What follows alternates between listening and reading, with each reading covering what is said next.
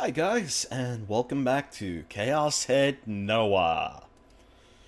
So, last time we had trauma mixed with some adorableness. And yeah, I'm warming up to Remy. I mean, I had no problems with her to begin with, but yeah, she seems like a good buddy. Seems like a good buddy. I'm just hoping that Takumi can grow more of a spine here so that we can see more interactions between the two of them. But, yeah. That being, that being said, though, if this turns out that, like, Remy is his alter or something, then, yeah, things may be a little awkward. But, just enjoy it for what it is right now. Besides, even if she was an alter or something, I guess that wouldn't really invalidate her existence as a character, because, well, whatever. But, anyways, I'll just go ahead and, get back to it. While Remy went out shopping, I went back to researching the patent in mind reading. When I reached my computer, I noticed that Grim had entered the chat room and was looking for me. You there, Nightheart?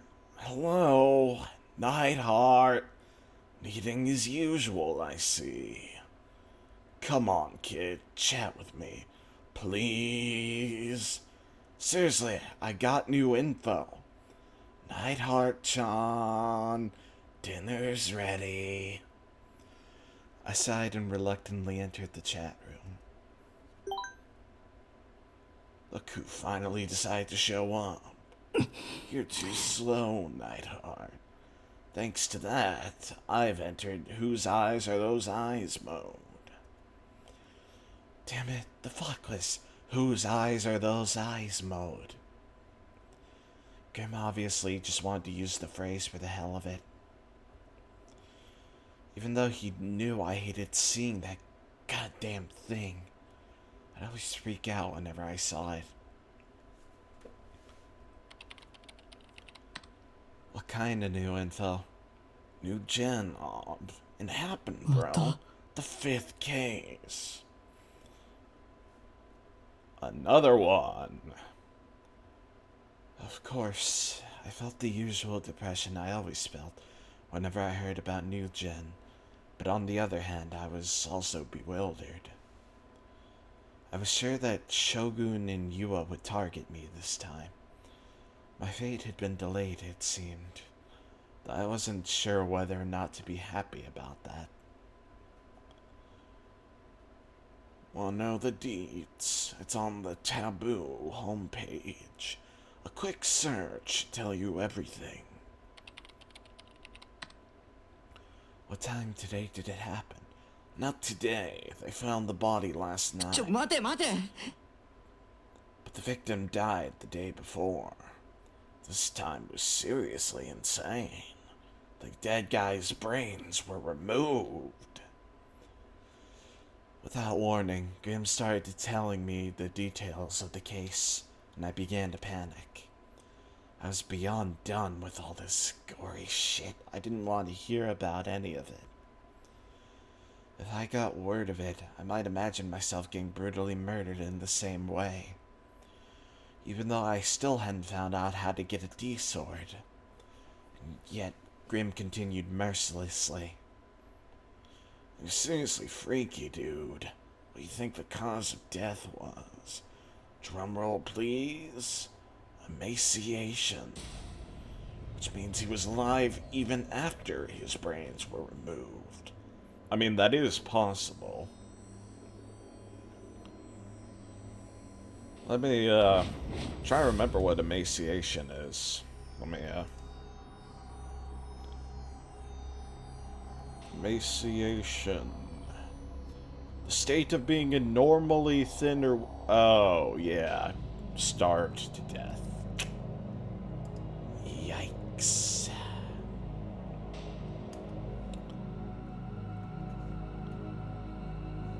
which also means that this victim has probably been dying for the entire game. I didn't want to hear any more.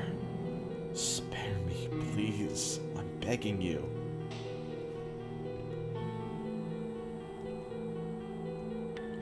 My life already went to shit a long time ago. So please. Apparently he was in a state kinda like brain death. He might have even been like that for over a week, just sitting there brainless. He often couldn't eat or drink, so no wonder they died of emaciation. That channel already named the case Numbskull, LMFAO. Netizens really are epic at names. Okay, so this part's hilarious. Get this. The victim was a psychiatrist. A psychiatrist had their brains removed. Actual LMAO levels of irony. Is it Dr. Takashina? He's been missing long enough for this to be emaciation. Whoops. A psychiatrist. The moment I saw that word, my heart rate skyrocketed. I might have been overthinking it, but I had to check to make certain. But I also didn't want to. After hesitating on and off for a while, I eventually went to the homepage of Taboo and opened the news articles reporting on the Numbskull incident. Yep. Male corpse found in Shibuya Ward. Possible fifth new gen case. Early morning on the 23rd, the body of 41-year-old Takashina Fumio was discovered in the streets of Shibuya Ward, Tokyo. The victim, Dr. Takashina, was a psychiatrist at AH Tokyo General Hospital, also found in Shibuya Ward. The TMPD have released the cause of death, stating that the man died via emaciation due to severe malnutrition. As well as this, Dr. Takashina's head was found to have received a clean cut along the top of the skull, and his brain was removed. The authorities claim it is possible that he survived in a state akin to brain death long after the removal of his brain. The investigation revealed that Dr. Takashina had not shown up to work ever since the 10th of this month. Ever since last month, Shibuya Ward has received immense publicity regarding the string of grotesque murders known as the New Generation Madness. The Shibuya Police Department are investigating these murders under the possibility that they have all been committed by the same culprit, a guy in a wheelchair. なんてことだ。なんて。 Victim's name was Takashina Fumio. Dr. Takashina. Dr. Takashina had been killed. He was provoking me. Shogun was blatantly provoking me. To do that, he killed the only doctor I could rely on. Just to set an example. そんな。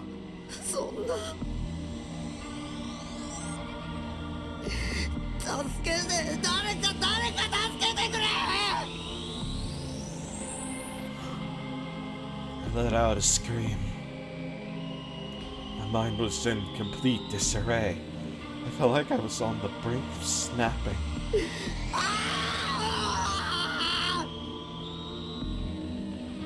やだ言いたくないよ死にたくないリミ助けて I searched for Rimi. I frantically looked around the room over and over. She wasn't there.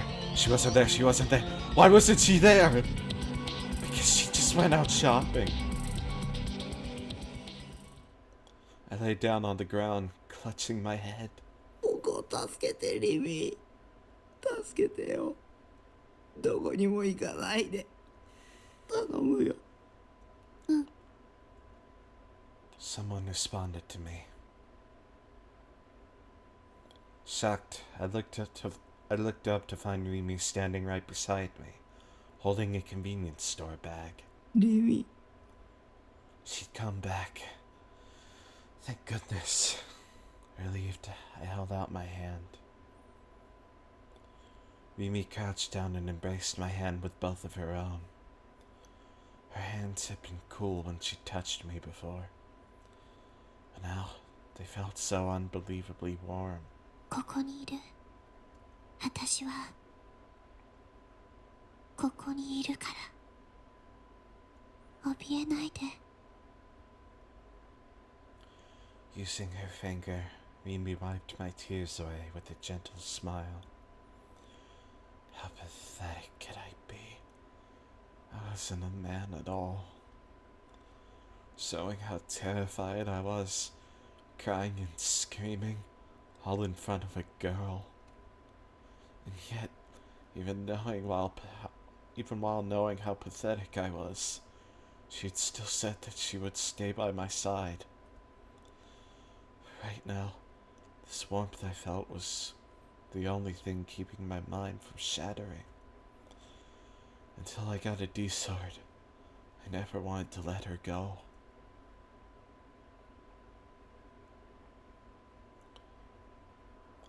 Whenever night fell, Miyashita Park always found itself engulfed in a peculiar air. Whose eyes are those eyes? Are those... Okay. Whose eyes are those eyes? Whose eyes are those eyes? Whose eyes are those eyes? Whose eyes are those eyes? Whose eyes are those eyes? Whose eyes are those eyes? Whose eyes are those eyes? In the center of the park stood a large group of people packed together. There must have been no less than 100 of them. Most of them seemed to be in their teens, with some wearing high school uniforms and others, particularly girls, wearing fashionable casual clothes. Within the crowd was an otaku-esque young man with glasses and a Ganguro high school girl, the latter of which was a fairly rare sight in this day and age. From an outsider's perspective, one would think they were attending some kind of event, but upon closer inspection, it became clear that their behavior was anything but normal. They were all looking at the ground, their eyes unfocused and empty. Even though quite a number of people were gathered here, none of them conversed with each other. They simply stood there, frozen in place. Every last one of them wore the same faint smile. All while murmuring something under their breaths.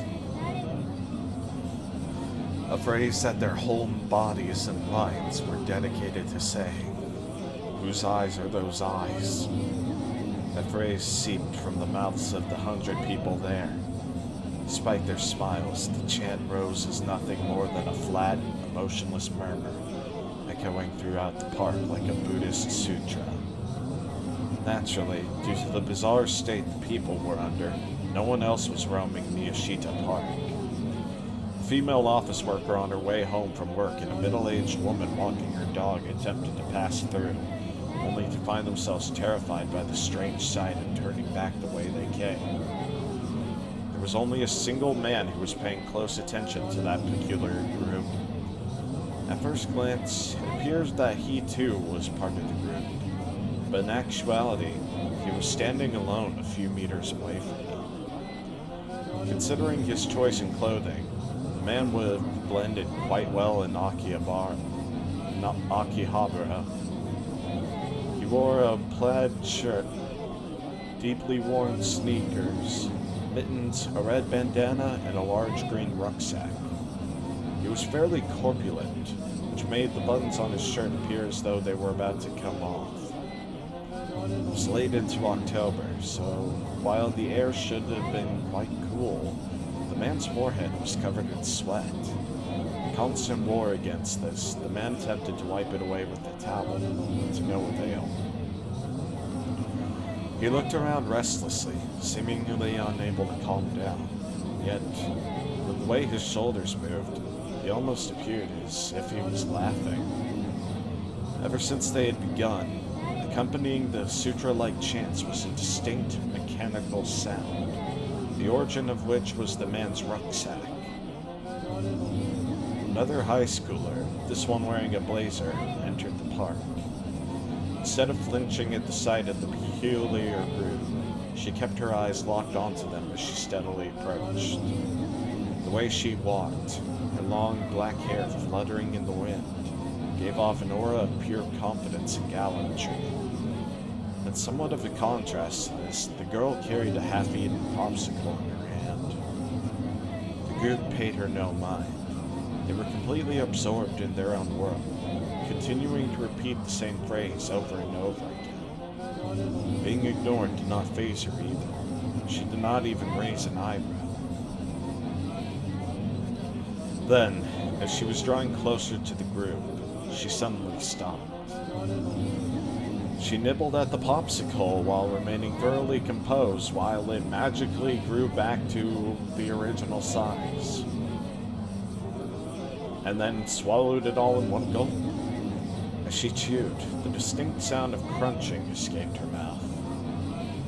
Once she finished eating, the girl looked at the stick left behind by the treat, clicked her tongue, and tossed it away at her feet. "Don't you litter, bitch!"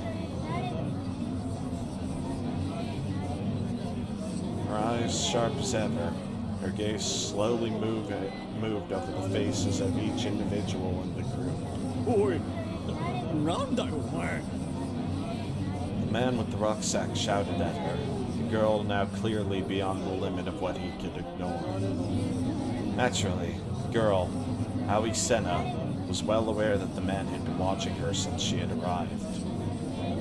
With a mocking snort, she abruptly crossed her hands over each other and strained her arms out in front of her. Then, the area between her hands warped faintly, and the vague shape of a metal rod appeared. It looked similar to a hoe or a shovel, but the shape matched neither of those descriptions. It was a razor-sharp sword with a bifurcated blade. After a moment, it took on a definite shape, and Senna grasped it with both hands. However, it did not end there. Immediately after, a blue light illuminated both sides of the sword Senna was holding, as well as the air directly to the right of her where it was pointed. Just as before, metal pieces appeared from that glowing blue space. As they took shape, they noisily fused with the long blade that had appeared before them. At last, a ring formed, one from which another long trail of light streaked far to the right. The bifurcated blade traced the trail's trajectory as it came into being. Though one might have originally thought it to be a hoe or a shovel, it was now clear that it had transformed into a gigantic sword. Sharp yet elegant, translucent yet destructive, sinister yet beautiful. Why are there squares on her head? With an overwhelming sense of presence, the sword settled in Senna's hands. The man with the rucksack showed no reaction. He simply stared at Senna with a malicious look on his face. 関係者じゃないだろあっち行けよ With a voice quite high-pitched for a man, he ordered Senna to leave, accompanying it with a violent gesture. His tone was thoroughly domineering, though he kept his distance from her. Senna, on the other hand, opened her mouth without showing any shift in emotion. お前が責任者 It seemed to be more of a request for confirmation rather than an actual question. She rotated her gaze toward the man with the rucksack, locking him in place. In response, the man showed clear signs of fluster, providing a fierce contrast to what he had displayed before them. 答えろ The man, too paralyzed by fear, was unable to act nor answer her question. The group of people muttering, "Whose eyes are those eyes?" paid no attention to the exchange between the two. Rather, their eyes did not even register it. Senna's gaze met with the man's.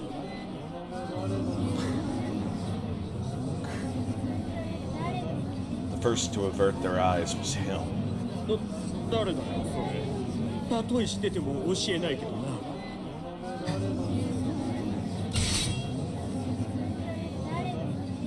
Remaining silent, Senna brandished the great sword she was holding in both hands in a Kasumi no Kamae stance. She then slowly lowered her hips, and then she cast her upper body forward. Oh, brain death. Brain death, a condition in which all cognitive functions have ceased, but heart function is still maintained via artificial respiration. There are two types of brain death. Total brain death, where the cerebrum, cerebellum, and brainstem all cease to function. And brainstem death, where only the brainstem ceases function. A vegetative state is often misunderstood as a form of unconsciousness in which there is a loss of some or all cerebral functions, but in actuality, the brainstem and the cerebellum are still functional, and spontaneous breathing is possible as well. Even so, there's an extremely rare chance of recovery from a vegetative state. In Japan, there are laws and regulations in place that determine whether or not a person can be determined legally brain dead. The following 5 items are those regulations, each of which are checked twice with sufficient time between each check. 1. The patient is in a deep coma. 2. The pupils are dilated and fixed. 3. There are no reflexes from the brainstem. 4. The patient's brain waves are flat. 5. Spontaneous breathing has ceased. And then Kasumi no Kamae, translated as mist stance. It is a type of stance utilized in sword fights. The sword is held horizontally, with the hilt beside the face, and the tip of the blade pointed toward the opponent. It is a stance often employed in many ancient styles of swordsmanship. The sword was held at eye level for the purpose of severing the eyes of the opponent with a single horizontal strike. Damn. It is said that the name comes from the opponent's vision going blurry, hence the word Kasumi, mist. So she about to slice out his eyes or something? It's glowing.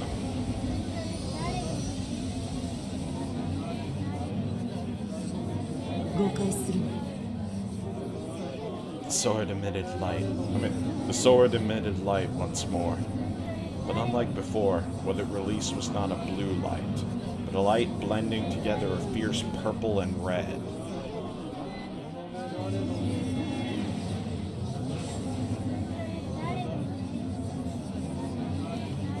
Suddenly, a high-pitched screech resembling a woman's scream resounded.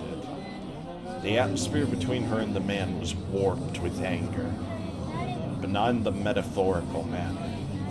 It was entirely physical.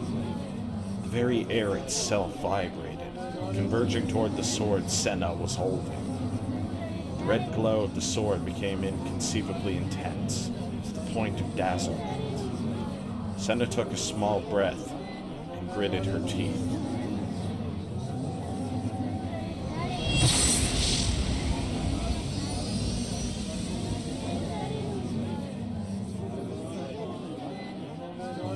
A booming sound roared. A shower of sparks surged. A sonic wave erupted, one that sought to blow away the air itself. The vibration in the air then immediately subsided. The sword, however, continued to flicker with a brilliant red glow, one reminiscent of pulsing blood. Senna slowly pointed the tip of her sword directly at the man.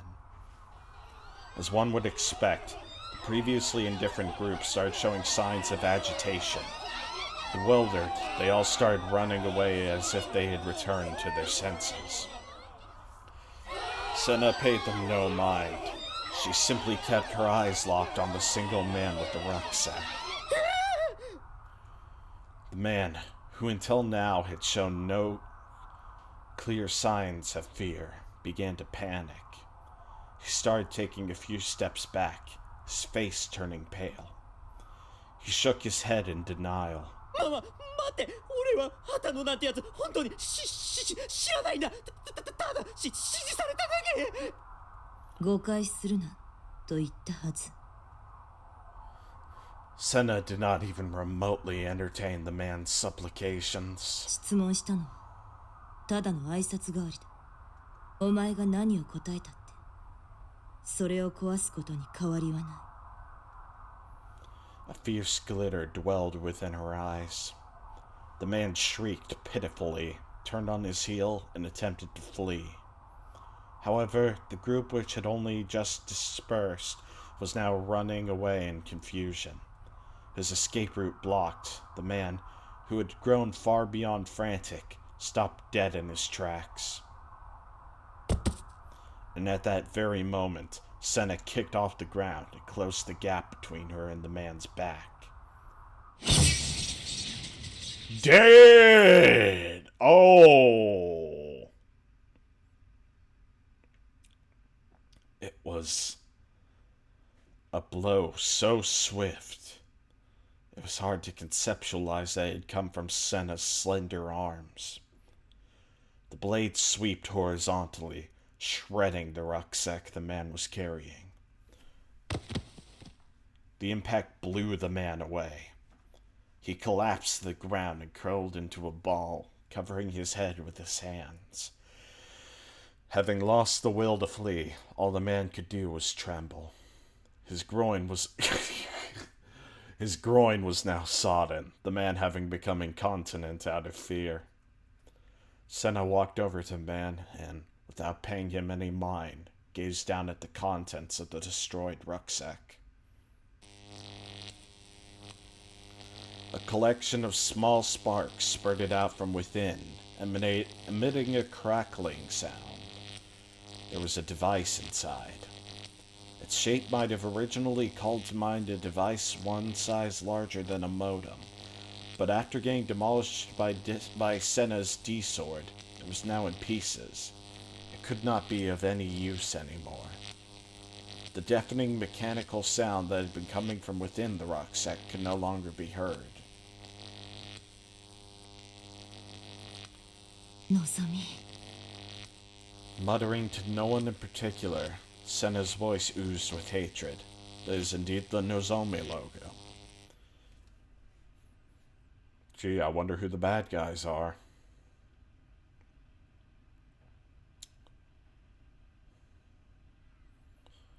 As fall moved forward, it had gradually been getting colder outside. The fact that I had been able to go out in a short-sleeved shirt only a few days ago felt unreal. The color of the sky was also somewhat dull. Its previously bright tint seemed to be fading. If you went to a park, you'd be able to see the vibrant autumn leaves sprouting from the trees. Maybe they were sucking the color away from the sky. As I looked up toward that sky, I jammed my toothbrush into my mouth. Where are you spitting? The nice thing about my base was that I had no eyes on me. I could do anything I wanted on the roof without fear of other people's scrutiny. It was also fairly spacious, giving it a nice, open feel. My sink was located outside of my container, which allowed me to brush my teeth outside when the weather was nice. It was pretty inconvenient when it rained, though. As I rubbed my sleepy eyes, I moved my toothbrush around my mouth and thought back to what had happened a day prior. Even after everything, Rimi had stayed in my room until late at night. She'd even held my hand until I finally calmed down, which had taken at least an hour. Although, I should clarify that nothing had actually happened between us before she'd gone home. Two people of the opposite sex, and the same age no less, had been left all alone in a cramped room for hours on end, yet they'd never broached any particularly lewd topics. If I had the skills to carry out conversations like that, I would have gained normie status a long time ago. Jesus Christ, why was I like this? The part of me that wanted this bullshit the part of me that wanted this bullshit sexual gratification made me want to puke. Rimi was genuinely trying to help me, and it was as a friend, nothing more. She had already done a lot for me just by saying, "I'll stay by your side." That alone had made me feel leagues better. Having just that pillar of support made a tremendous difference. Despite the gut-wrenching murder of Dr. Takashina in the numbskull case, I found myself feeling pretty stable after the night had passed. Come to think of it, what was up with that phenomenon I had experienced earlier? The one where Rimi had changed clothes. It felt way too real to be called a hallucination. It seemed both realistic and unrealistic that Rimi had changed clothes at such lightning speed, and there was zero reason for her to do such a thing. Therefore, it must have been a delusion of mine, just like when Ayase had split in two. The power to project delusions onto reality.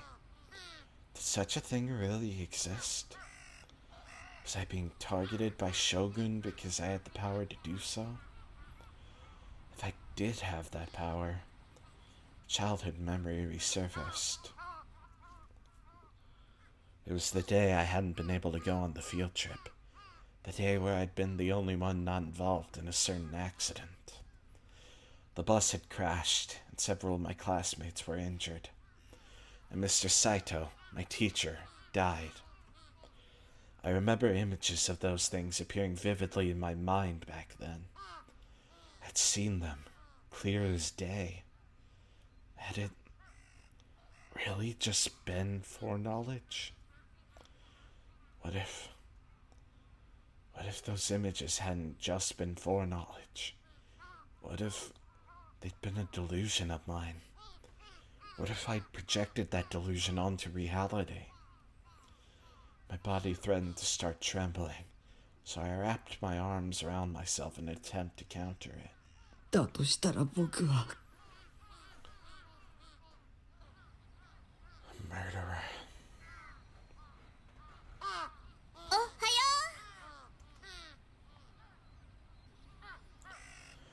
Mimi was standing there.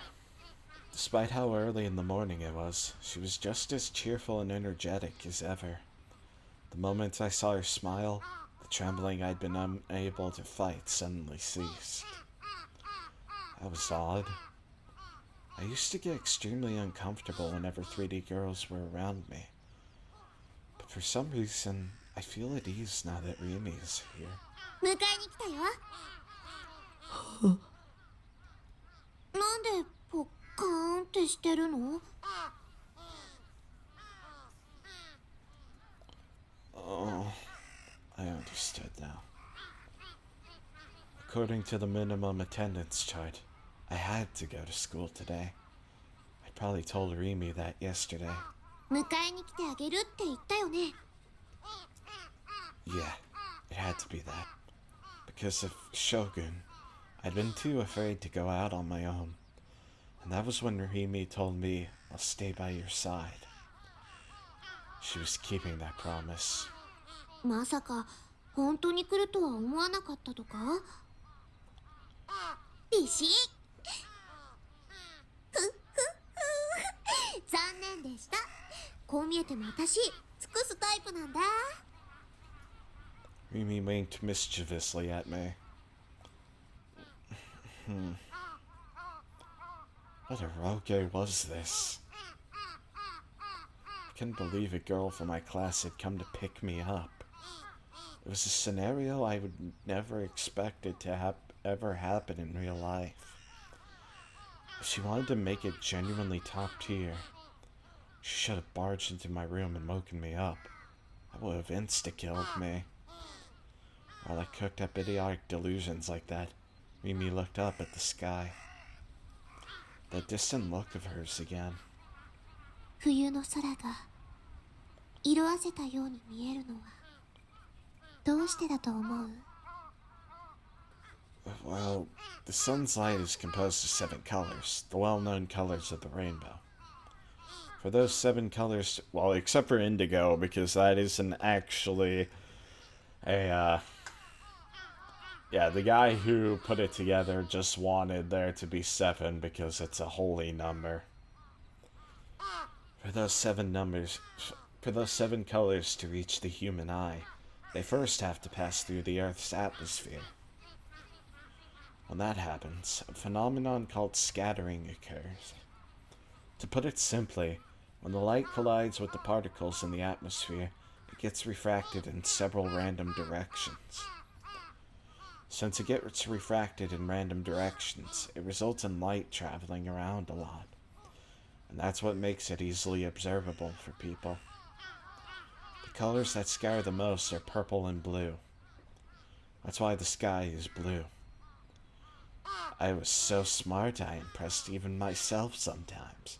We keep talking about the sky.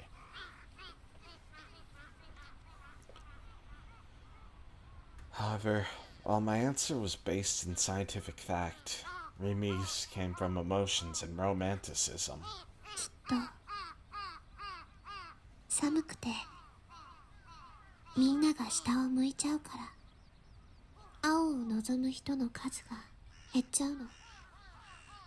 I felt like Rimi had always said something like that before.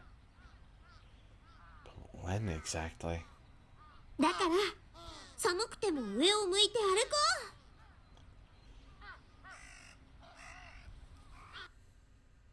I quickly changed clothes, then left the Kurenai conference hall with Rimi. Going to school together. For all intents and purposes, this was some normie shit. Shogun and Yua terrified me so much, I honestly wanted them to die. And I really meant that. Fucking kill yourself, both of you. And yet, thanks to them, I'd been able to test out normiedom. Maybe I owed them more than I realized. I attempted to force myself to change how I felt about them, but Dr. Takashina's face resurfaced in my mind, and my good mood was instantly blown away. My doctor had been killed, and it could very well have been because of me. Shogun had killed a doctor I knew well, to set an example or provoke me. I was hit with a wave of pure anxiety and dread. I began to gradually fall behind Rimi. Looking at her diagonally now, I glanced at the back of her head. What kind of expression could she be making? She was humming. She was humming the song from the Phantasm CD I'd lent her the day prior. Her footsteps were light and bouncy. We weren't even talking, so why was she so happy? Seeing her like that, it helped alleviate my anxiety, if only a little bit. But it was probably time to be honest with myself. Why was Rimi being so nice to me? Maybe the reason lay within the memories I had with her. Memories that were lost to me.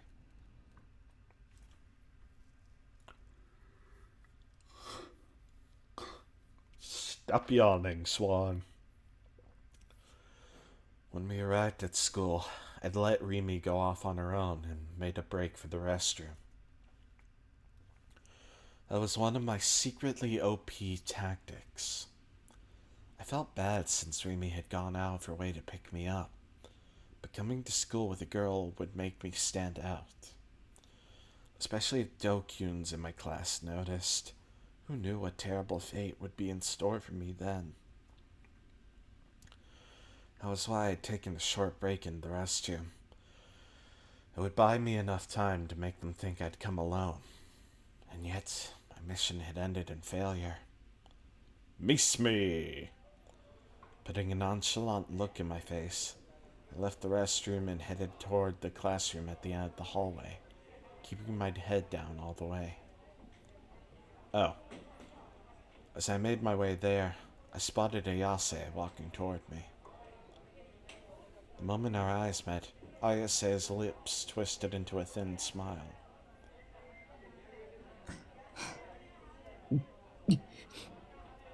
Ayase was a celebrity.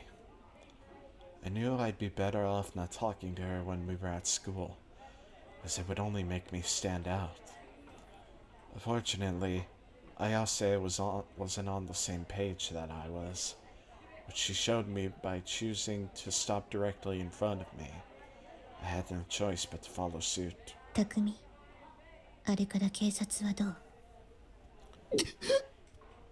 I nearly screamed, but I managed to cover my mouth with my hand. Why would you bring that up in public? I looked around in a panic. The situation was already really bad. And surprisingly, Ayase was the center of attention. It was rare for her to come to school at all. Ugh.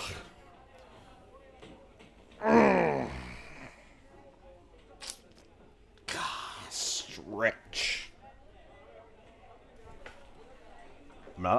I'm not even sleepy. I don't know why I keep yawning.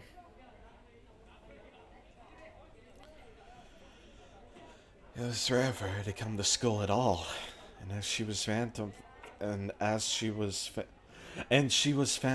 vocalist, and she was a beautiful androgynous woman. The last thing was pretty much a universal opinion, meaning both guys and girls alike were immensely interested in Ayase. And they all knew there was no way she'd be talking to an otaku freak like me under normal circumstances. The gazes surrounding me were painful. I wanted to run away. 剣を探して。君はそうしなくちゃいけないのよ。 The heck are you doing at school talking me? Go find your sword! She always said the same thing every time we met. Ayase may have been on my side, but I was tired of her repeating the same bullshit over and over again like a broken record. I want to get it just as much as you want me to. I just don't know how. ヒントが欲しい。君はどうやってあれを手に入れた？いつの間にかそこにあった。 And there it was.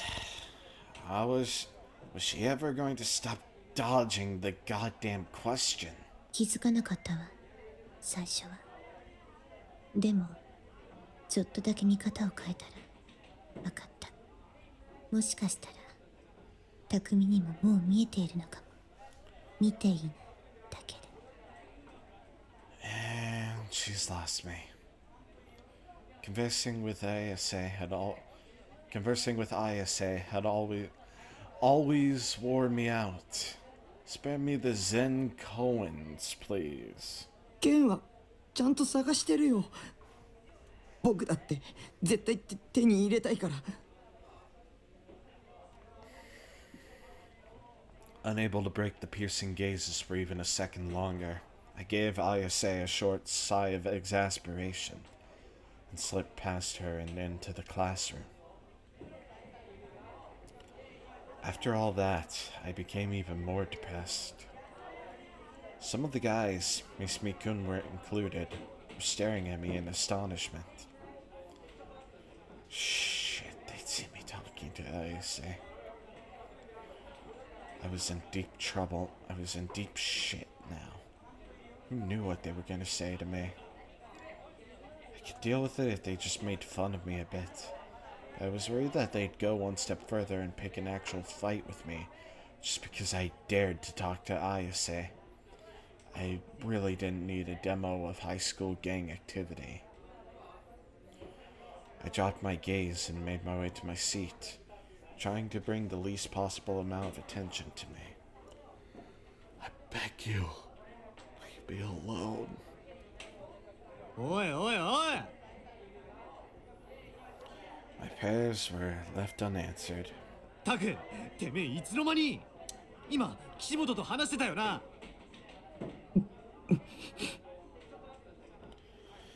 I had to remain silent.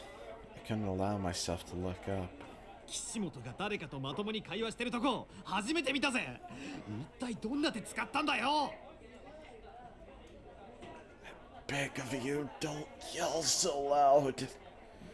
It's echoing throughout the entire classroom. Please, just leave me alone. I had no intention of messing around with ISA. Even if I wanted to, I'm not worthy of her anyway. So please stop making such a big deal out of this. なあタク教えろって 大地 Right then, Rimi interrupted him. 落ち着け。タクが困ってるでしょ。悪い悪い Misumi-kun lowered his voice and clapped me lightly on the back. With my head still hanging low, I let out a small sigh. Rimi had come to save me yet again. で実際のところどうやったんだ I didn't know what I expected. This is the dude who only thought with the wrong head after all. もう大地ってほんと節操ないよね。そのうち彼女さんに刺されるんじゃない？心配すんなって俺こう見えても各種ケアは欠かさねえから 何それ？なあタク教えろよ岸本とはどんな感じなんだ Asking me once again, Misumi-kun started rubbing my shoulders. While I was reluctant about it, I timidly looked up. About half the guys in the classroom were taking quick glances at me and whispering to each other. Shit, they were still watching me. Don't look at me. Chills ran over the nape of my neck. If you were caught in Do-kyun's line of sight, you were finished. They'd never let you hear the end of it. All that awaited you was pure, unending hell.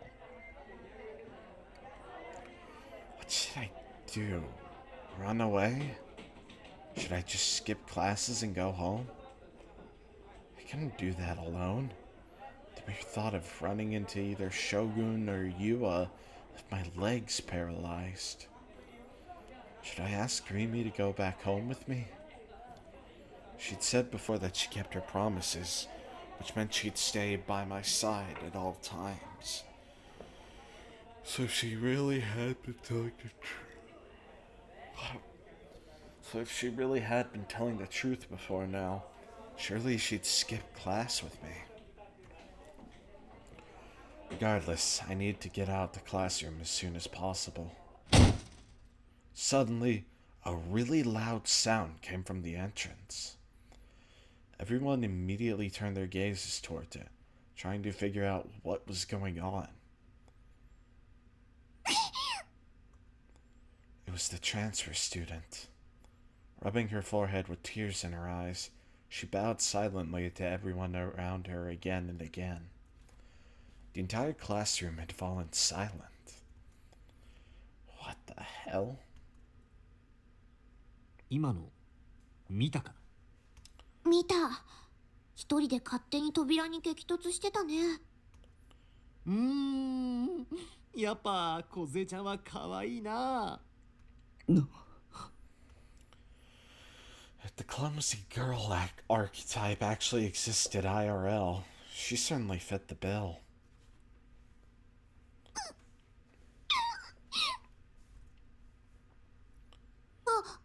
また泣いた。大丈夫かな。すごい音してたけど。With worry in her voice, Remy ran up to the transfer student before anyone else could. She just couldn't help herself from getting involved. What a meddler. But I guess she was just that kind. うお、リミに先越された。待て待て、梢ちゃんを解放するのは俺だ。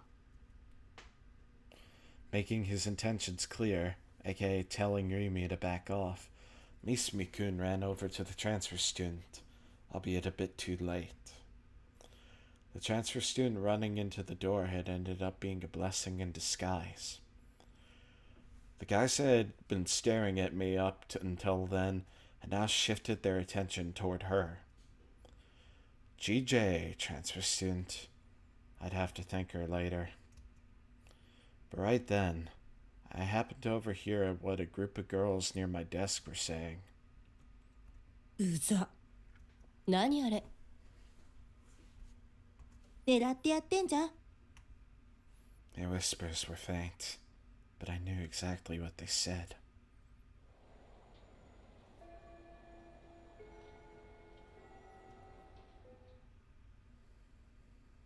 Whoosh!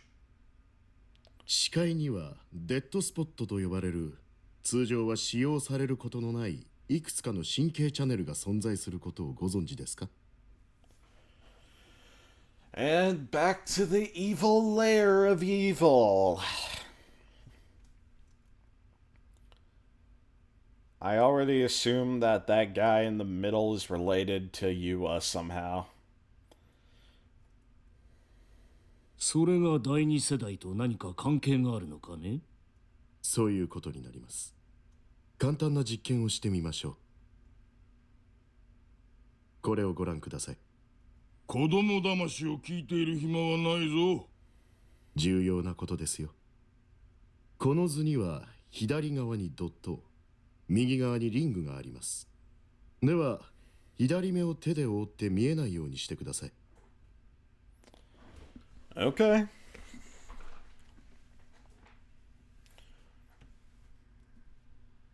そのまま右目だけで図の左側にあるドットを見つめてください。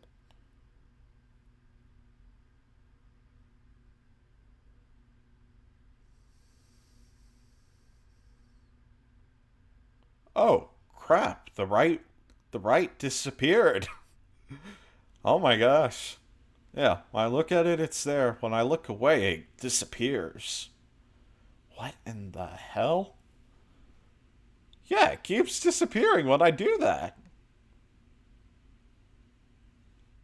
The moment I focus on the dot, it just disappears. いかがですか？ドットを見つめる目の端の方にリングも存在しますか？ That is so weird. いくらドットだけを見つめていても、隣にあるリングがついでに見えているのは当然だと思うがな。では先生、ドットだけを見つめたままモニターに顔を近づけていってみてください。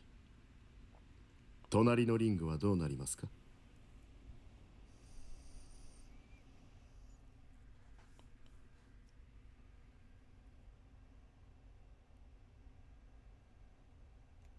ほう、これは興味深いね。右側のリングが消えた。そうですね。I mean, for me, it disappears when I look at it from a normal angle, but when I get close, I still see it. Yeah.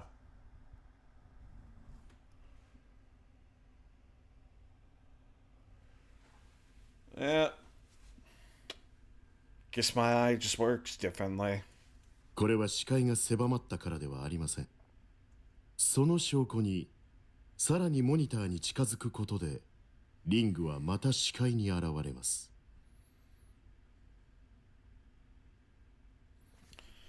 Oh, Wait, okay. Okay, yeah, so. Okay, I see what they're saying. So, from a distance.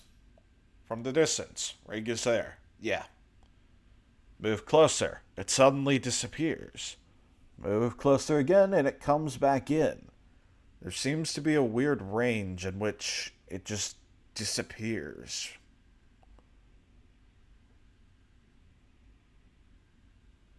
Yeah. Huh. これは一体どんなトリックだ？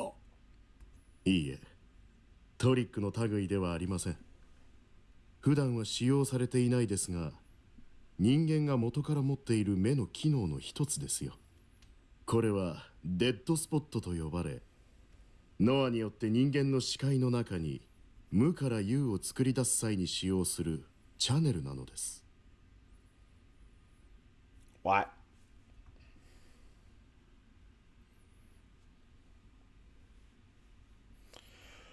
Don't leave trash in the shoe lockers. After class is finished, I found myself standing still at the school entrance. Twilight was beginning to encroach upon the for some reason, I nearly said spaghetti. Twilight was beginning to encroach upon the sky, and a few crows were flying across it, flapping their wings without so much as a caw.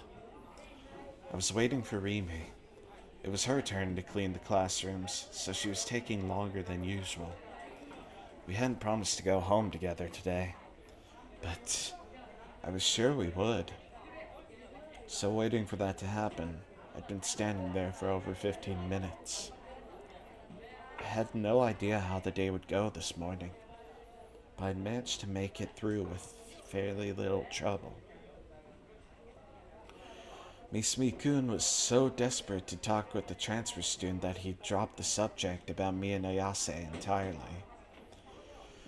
I owed it all to the transfer student, really. Delude!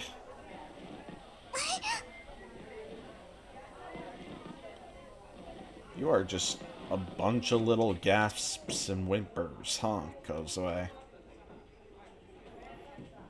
Okay, so... negative. Ooh, spooky transfer student. Speak of the devil. There she was, passing right next to me. With a face that looked like she was about to cry, she bowed her head to me. Despite how uncomfortable I felt, I managed to nod back. I watched as she attempted to leave through the school gate, tripping over herself along the way. Once again, I thought about how small she was. She fit the lolly archetype to a T. On top of that, she was a clumsy girl, too. I didn't know her very well, but her perfect blend of personalities made me want to shout from the rooftops. She was loaded with moe traits. And yet, she didn't seem very popular with the other girls. What people valued in others really did differ between 2D and 3D. Huh. I mean, you see that with yanderes. You got people who are like, oh yes, I love me a yandere when it comes to anime, but in reality, yeah, no.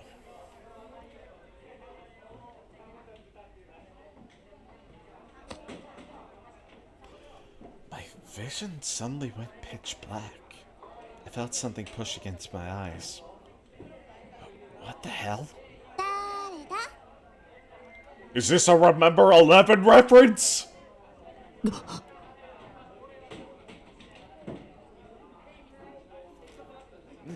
No fucking way. Could this be the legendary Who Is It game? The legend state only exists within the world of 2D. It set the classic line. Could it be? Could it well and truly be? I never thought I'd experience it in my lifetime. As of right now, I'd basically won the game of life. A course, I immediately knew the answer. After all, I was trained in the art of working out the voice actor just by hearing an anime character talk. But saying, "It's obviously you, Rimi," would be pretty embarrassing. How should I answer? What was that? どう？答えわからない？ Wheelchair. There was someone there. I could sense the presence of someone other than Rimi. Since my vision was obscured, my hearing was particularly sensitive. In the location where we were now, someone other than Rimi and I was there. And there was the sound of creaking metal. Oh, God. その目誰の目？ My body was instantly seized by fear. I tried to shake off Rimi's hand, but she held it firmly. ちょっとちゃんと答え言ってよ。ズルしちゃダメなんだから。 This was weird. Something was very, very wrong here. Why was she acting so carefree? Hadn't she noticed it? Or was she just pretending not to? I couldn't stand the fear of not being able to see what was going on, so I grabbed the delicate hands covering my eyes and ripped them away. タク？ Rimi fought back even harder. As a result, we ended up wrestling a bit with each other, and Rimi collided with my back. I felt the soft sensation. I felt the soft sensation of her bulging chest. And now wasn't the time to rejoice in that fact. 離せ。 I somehow managed to shove Rimi's hands aside and jump away. I then turned back toward her. どこだ？将軍はどこに？ The only thing I saw was Rimi, standing there with a bewildered look. I looked around the area, trying to find a wheelchair. But there was nothing. Absolutely nothing. いない。そんな。 I couldn't see him anywhere. Not in the large sport courts, and not by the entrance. There wasn't a single sign of an old man riding in a wheelchair. タク、ごめん。びっくりさせちゃった。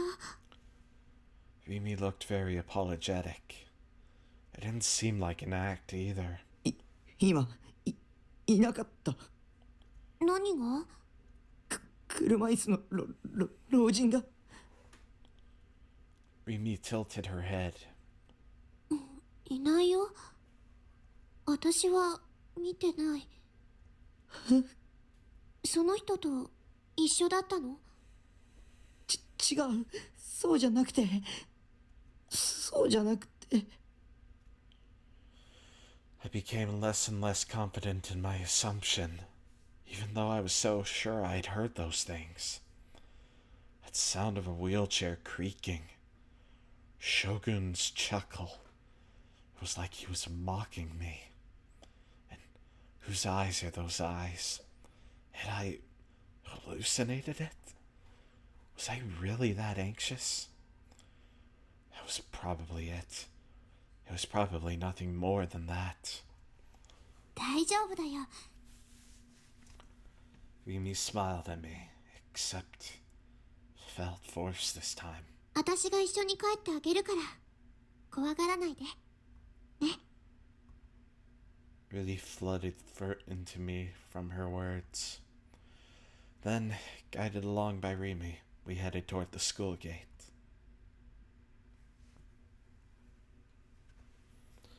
Surume Academy was in the high-end residential area of Shoto. Every house was huge, and the whole area just oozed with an air of success and affluency. Despite this being Shibuya, and still daytime at that, there were hardly any people around. It gave the area this forlorn, lonesome air. タクって意外とモテるよね。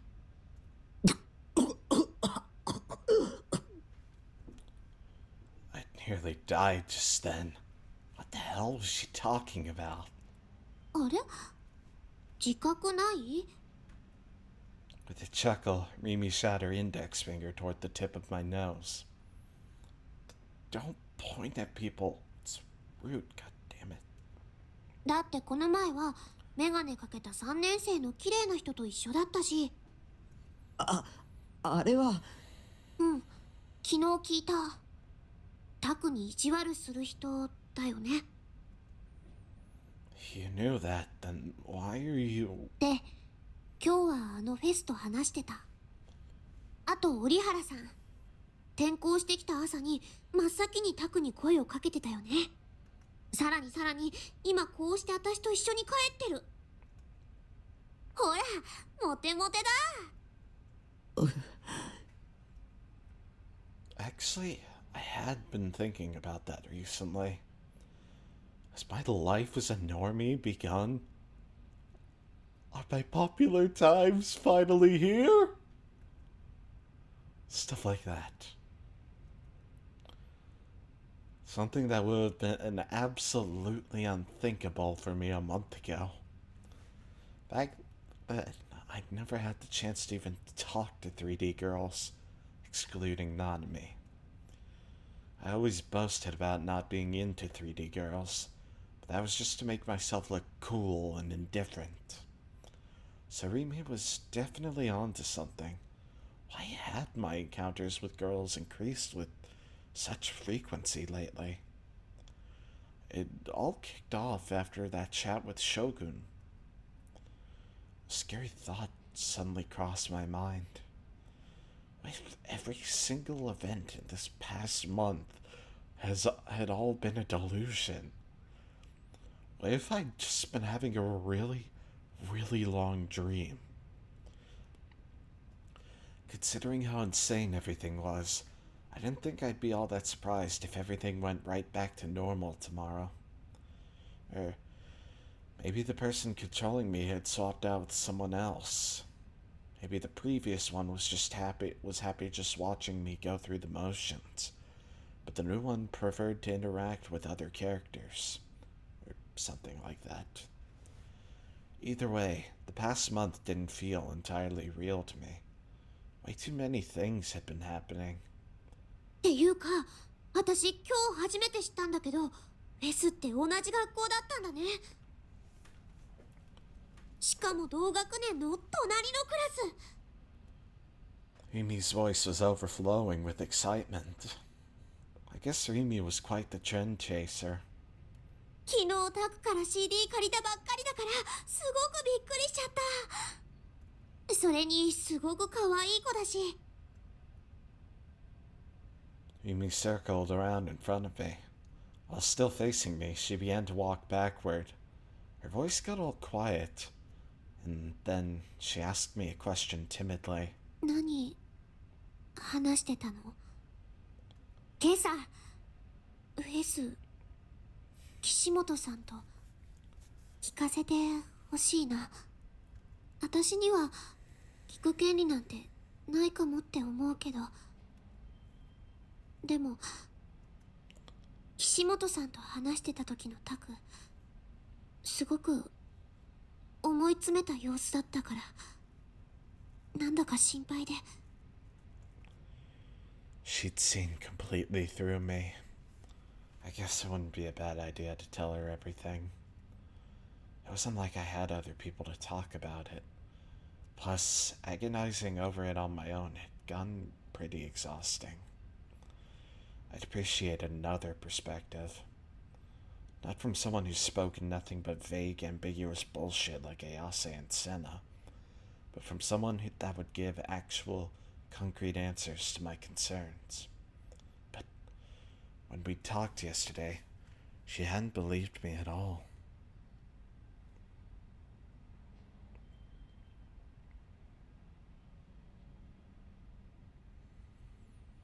Sorry, I was just checking something.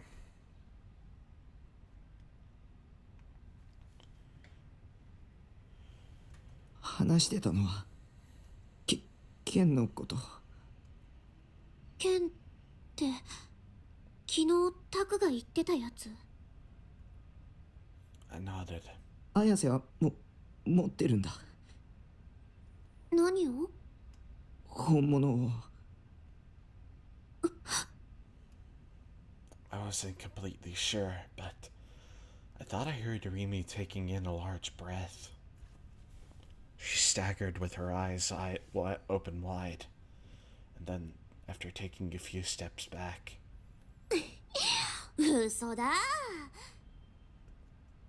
she shouted with a clearly skeptical voice. だってあれおもちゃでしょ？だから僕のはおもちゃだけど、彼女のは本物で、ライブ行けば見られ。I quickly realized what I was saying and cut myself off. Would she even be able to see it? I mean, Ayase had mentioned that only people with powers could see D swords. ライブに行けばその本物の剣を見られるの？ Considering the fact that Rimi is the first person we ever saw holding a D sword in this game, probably. じゃあ今度行ってみようかな。ファンタズムのライブそのものも見たいし。あ、タク一緒に行く？見られないかも。限られた人にしか見えないらしいんだ。あ、そうなんだ。裸の王様みたいなものかな。じゃあ私バカだから見えないかも。なんてね。Actually, that was a good point. Come to think of it, I didn't know anything about what exactly a real D sword was, nor how it worked. I'd just been accepting everything Ayase said without question. そんな剣本当にあるのかな。やっぱり私信じられないよ。タクが見たっていう岸本さんの剣も本物っぽく見えるおもちゃじゃないの？でも光ったし。おもちゃでも光るやつはいくらでもあるよ。Well, she wasn't wrong. If you want something to glow, you could easily slap some lights onto it. But when I thought of the overwhelming sense of presence Senna and Ayase's swords had, their existence became harder to deny. They had an aura about them that no mere toy should have been capable of. And most of all, Ayase had taken that sword out of thin air. I'd seen it with my own eyes. It wasn't anything simple like hypnosis or super speed. On top of that, I felt as if I'd only gotten to experience the tip of the iceberg. 僕には妄想を現実に投影する力があるかも。I had no definitive proof, but I tried throwing my thoughts at Rimi regardless. だから将軍に、狙われてる気がする。That was the only possible reason he'd be targeting me. There was nobody more harmless than I was. Otakus were fundamentally harmless beings. We did shut ourselves away in our own little worlds, after all. If we had time to bother denizens of the third dimension, we'd rather spend that in our own heads, flirting with adorable NoAH characters. 昨日調べてた特許のこと？タクはあんな装置持ってるの？ I shook my head. そうじゃなくて、装置とかなくても力使えるかも。タクからかってるんでしょ？あ、わかった。何かの漫画かアニメが元ネタ？ Just as I'd feared, she didn't believe me. But I knew I'd experienced what I was talking about before, with that accident back in elementary school. I tried desperately to explain that to Rimi, that it might have been a murderer. I knew Rimi might abandon me if I confessed that to her, but I couldn't hide it anymore. I wanted to tell someone. If I did, I could clear the uncertainty in my mind, even if just a little bit. Mimi listened to my shaky explanation with a troubled look on her face, remaining silent the entire time. And after I finished talking, 考えすぎだよ。 she nonchalantly laughed the whole thing off. そう考えてることだってタクの妄想なんだよ。わかってる？ Was I really overthinking it? That was a nice thought. But even with that theory, the uncertainty in the depths of my mind hadn't cleared at all.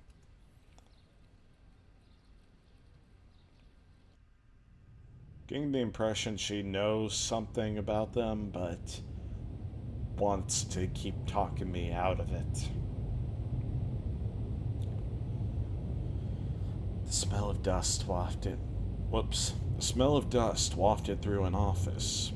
An office situated on the second floor of a somewhat old building. Sunlight streamed in through the window covering the back wall, turning the fluttering dust into that of a thin, powdery snow. The words plastered onto the window, Frisia Credit Bureau, cast a shadow onto a nearby desk. 20 desks were lined up across the floor, with not even a hint of a gap between them. Each one was drowning in an endless sea of documents, papers, and files, piles stacked so highly they looked to be on the verge of collapsing. From an outsider's perspective, it looked far more like a publishing company than a credit bureau. Most of the desks lacked denizens. There were only around 5 to 6 people at best. As for why that was, the obvious conclusion would be that it was a Saturday, but this was by no means the answer. This was made evident by the whiteboard stuck to the wall near the entrance, its schedule densely packed with tasks and projects. Nearing the end of his lunch break, Bon Yasuji opened the door to the private investigation company. He entered without so much as a knock, yet none of the workers seemed to bat an eye. Continuing to act as if he belonged there, Bon gave a quick "how's it going?" and headed toward the desk at the back of the room. In it sat a robust-looking woman, hunched over her laptop. Oh, Momo-chan, genki? In response, the woman continued staring at her monitor with a weary expression. Her name was Momose Katsuko. She was the president of Frisia. And she also has really, really tiny eyes. バンちゃんまた来たの？また来ました。やっと。ニュージェネについての新ネタ、ない。たく、私は忙しいのよ。抱えてる案件が5万ってあるの。うちみたいな零細企業は土日返上で仕事しなくちゃいけないの。わかる？ Momose finally raised her head. She placed a hand on her forehead, and upon seeing Bond's grinning face, lightly shook her head. ここは警察の秘密組織でも子会社でもないって何度も言ってるでしょうに。ただで情報もらえるなんて虫のいいこと考えてるんだろうけど、ここに来てる暇があるなら自分の足で何とかなさいね、公務員さん。または依頼料を払うこと。予約表はみおちゃんにもらってちょうだい。相変わらず冷てえ社長だな、おい。In spite of Momose's sharp remarks, Bond didn't show a hint of concern. He simply fanned himself with his distinctive handheld fan, remaining aloof as could be. この会社立ち上げるときにはあんなに協力してやったのによ。あら、ワンちゃんも恩着せがましい人だわね。何年同じこと言い続ければ気が済むわけ？まあ言っててくれ。じゃあ依頼料はこいつでどうかな。Bond showily pulled out a plastic bag with the name of a nearby Japanese-style confectionery store on it. なんだ、あるなら最初から出してよ。いつも悪いわね。みおちゃん、お茶2つ持ってきて。 Her attitude of having undergone a swift, stark change, Momose closely examined the contents of the bag Bon had handed her. あら、栗羊羹、今が旬なのよね。わかってるじゃない。あ、ばんちゃん、そんなところに突っ立ってないで座って。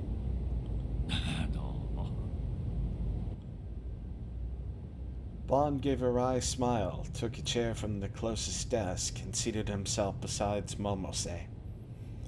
The clerical lady Momose had called for before brought over 2 steaming cups of tea. で、なんか新ネタあるかい？ちょっと待ちなさいって。Momose carefully unwrapped the chestnut yokon, folded up the wrapper, and set it beside her PC. She then hurriedly devoured the first of the sweet treats. Japanese-style treats were her greatest weakness. They were a necessary offering for Bond to bring every time he came for information. おいしいわ、これ。人に言えた義理じゃないけどよ。ちったダイエットしたらどうだよ。でないといつまで経っても結婚できないぜ。本当に人に言えた義理じゃないわね。私はもうとっくに今期は逃したわよ。With a shrug of her shoulders, Momose took a sip from her tea, then turned to face Bond. また新しいニュージェネ事件起きたわね。こんなところでサボってていいの？そっちの調査は俺以外の全員が真剣に取り組んでるさ。俺は別のアプローチから真実に迫ってやるってね。かっこつけちゃって似合わないわよ。Knowing himself to be quite sensitive to hot drinks, Bond showed no hint of reaching for his cup. He simply continued to fan his face, in spite of the already chilly air. I'm wondering what's up with that. Does he have a condition or something where he constantly feels hot? It was something of a habit of his. 警察は G レートのせい追ってるの？そうそう、G レートね。ありゃすごいな。ももちゃんの話の通りだったぜ。Ah, so that's why he brought it up. Yeah. 私が嘘の情報を渡すわけないでしょうに。これでおまんま食べてるんだから。それで？まあ、勝手に調べてるよ。勝手にって。ちょっとばあちゃん！ Momose's voice carried well. Her personality was intrinsically energetic, lending her voice quite a bit of volume. The workers of Frisia were used to this, not even batting an eye as her angry voice reverberated throughout the room. The boss's yelling was an everyday occurrence after all. Bon and Momose were old friends, so he was all too familiar with being on the receiving end of it. Thus, much to her chagrin, Momose's wrath was met only with him lazily picking at his ear. Before she said anything else, Momose quickly lowered her voice, for this was a topic she did not want met with prying ears. But her face was red with anger, as if she had not been cheerfully stuffing herself with sweets just moments before. She pointed her finger at Bond with tremendous intensity. 個人で追うのは危険だって言ったじゃない。政治に宗教に企業、どれだけ根深く関与してると思ってるの？この間テレビで G レートの講義をやった太田教授がどうなったか、あんたもよく知ってるでしょ。 Oh, that was one of the victims. ああ。貼り付けで殺された被害者だろ。何度も聞いたよ。何度でも言ってやるわ。ええ、言ってやりますとも。あんたはいつも私の忠告を無視するんだから。それでいつも尻拭いさせられるのは私なんてたまったもんじゃないわ。まあまあ、そうか。って茶でも飲んで落ち着いてね。Ignoring both Bond and her tea, Momose tossed a second chestnut yokon into her mouth in a huff. 大丈夫だ。一応諏訪と一緒に動いてるんで、今はまだ G レートやらなんやらってのは突飛すぎて上を説得できねえなよ。諏訪ちゃんは確かに有能だししっかりしているけど、無理させたら承知しないわよ。ももちゃんはいつから諏訪の保護者になったんだ？バンちゃんの無謀な行動に未来ある若者が巻き込まれるのはかわいそうでしょうに。あ、そうか。With a shrug of resignation, Bond took a testing sip of his tea, only to immediately grimace. It was still too hot. しかし、バイオリズムが人を殺す凶器になるなんてこと、本当にありえるのかね？前に説明したでしょうに。実はいまいち理解しきれてねえんだわ。それってももちゃんお得意の電磁波と関係してるのかいMomose leant out a sigh, then, in contrast to Bond, composedly sipped at her tea. 満月の夜の事件簿はよく知ってるでしょ。ああ、まあな。A vast influx of incidents and accidents would always occur on the night of a full moon, which was no urban legend either. One need only glance at the Tokyo Metropolitan Police's statistical records. その満月以上の力でバイオリズムカーブが上昇したらどうなると思う？興奮するってことだろ？それだけ？渋谷は特殊な街なのよ。言ったでしょ。 G レートが高ければバイオリズムカーブは上昇する。しかもその上昇値は満月の夜に影響する数値のおよそ6800倍。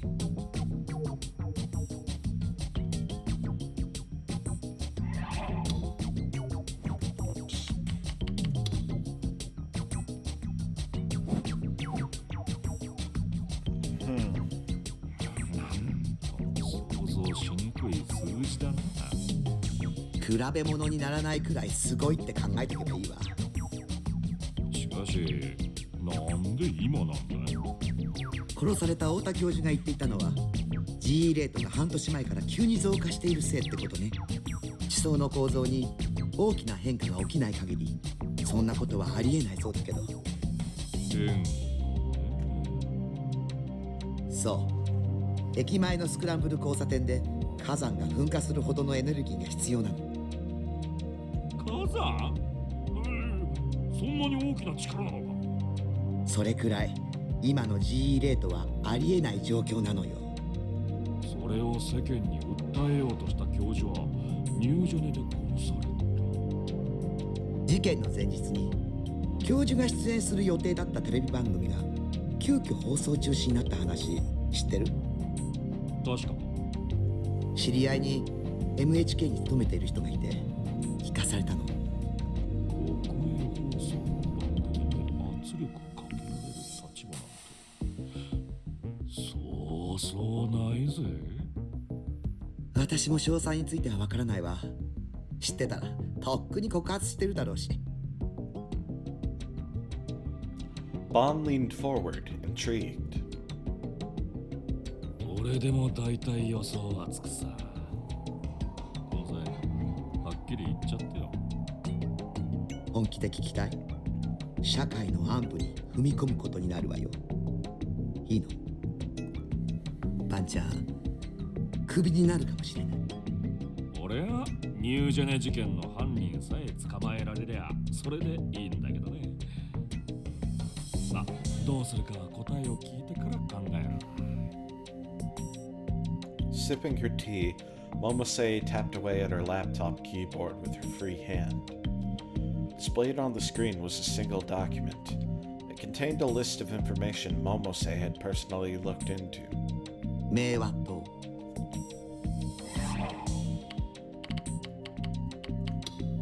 NoAH Party. Fictional. One of two major political parties in Japan. 4 years ago, the NoAH Party was an opposition party, but that changed following a major breakthrough in the general election that year. Its catchphrase is "a brighter peace for the people," as the two kanji used in its name, Mei and Wa, mean bright and peace respectively.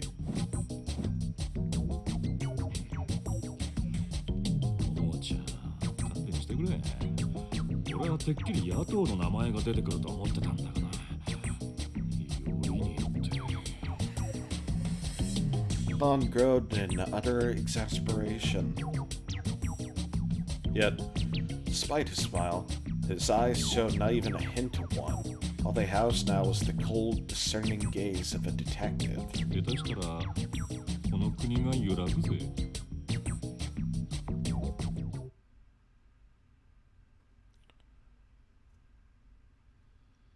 Since it was the whoops.